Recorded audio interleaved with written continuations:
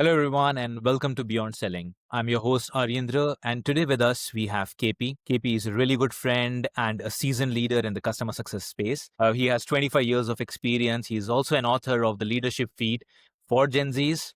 KP, thanks a lot for joining this. You're welcome. Thank you for having me. Okay, so KP, today as we talked about, we are going to be discussing on the topic of resilience. Okay. Now, that's a very fascinating topic. Why did you think about it?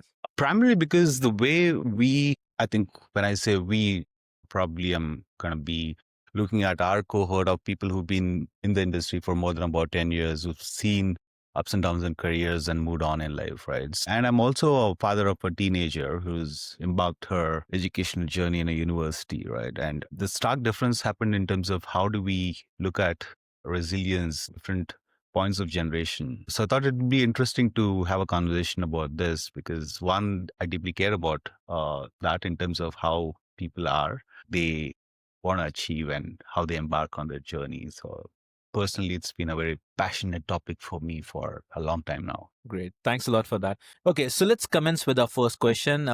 That is, how do you personally define resilience? Is it about bouncing back or is it more about adapting and growing from adversity? I think I wouldn't say it's bouncing back. I'd probably say it's bouncing forward with basically three things, right? In terms of absorbing what kind of failed and what's the reason behind it, adapt from it, and then advance, right? So I'd probably say absorb what was happened, which kind of took a downstream, then identify what you can do to adapt, and then make sure you implement that and move. So I think it's a mix of all the three, and it's bouncing forward, in my opinion. So that's my take. Yeah, okay, great. Thanks for that.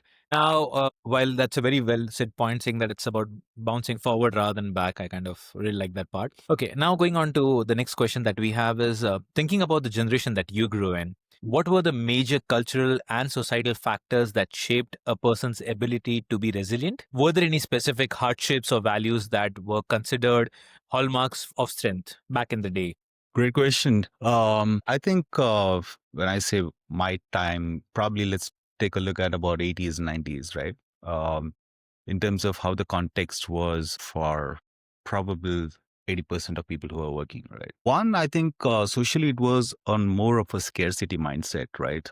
The opportunities were few and the budgets were very tight. So we had to kind of make do with background in terms of an analog childhood, right? Analog childhood basically meaning we didn't have any devices till probably we started working later. That was one. And I think the validation was more in terms of academia, in terms of the number of marks that you got, the grades that you got, or even in sports, right? Whether you are a captain or whether you're a winner or a runners up, right? So it was more in terms of how scarce each opportunity is, right? And I think we had fewer safety nets, which means back in the days when you fail a subject, you used to almost lose a year in academics, right?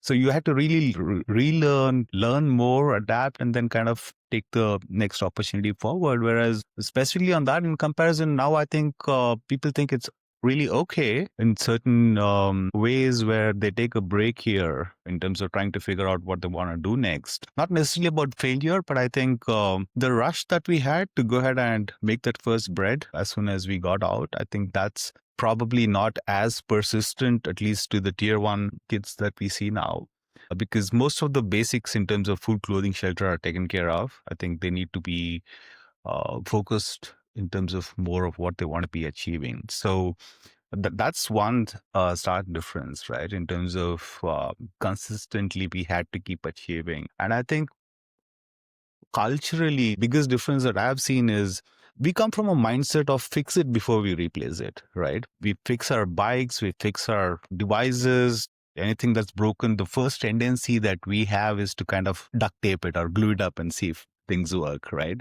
Yes. I think that's changed a lot now because there's more alternatives, right? So the fixing mindset is lesser and mostly it's about replacing or looking at alternatives. I think that's what's shaping in terms of how they want to deal with resilience compared to ours and the new generation that's out now. Yeah, I can completely agree to that. I think during our childhood days, having an access to internet was a very big thing. I think internet came in like early 2000 and so on and so forth. And the ease of getting things back in the day wasn't really that convenient. Like right now, if I want to order anything, I'll just go to a Swiggy or a Flipkart or an Amazon, and there's a 10-minute delivery for anything and everything.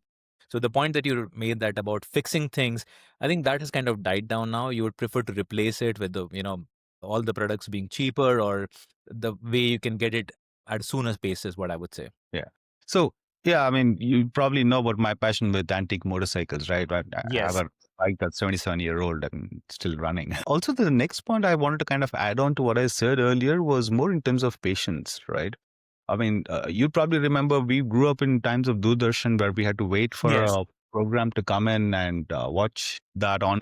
There's no dopamine at that time. It was about True. building self muscle and patience. I think patience is a virtue that's slightly different now in terms of how we pursue things and what the latest generation looks at it. Right? So I think it's a mix of all these things in terms of what our childhood has been through as we what the current generation is going through. Right? Yeah.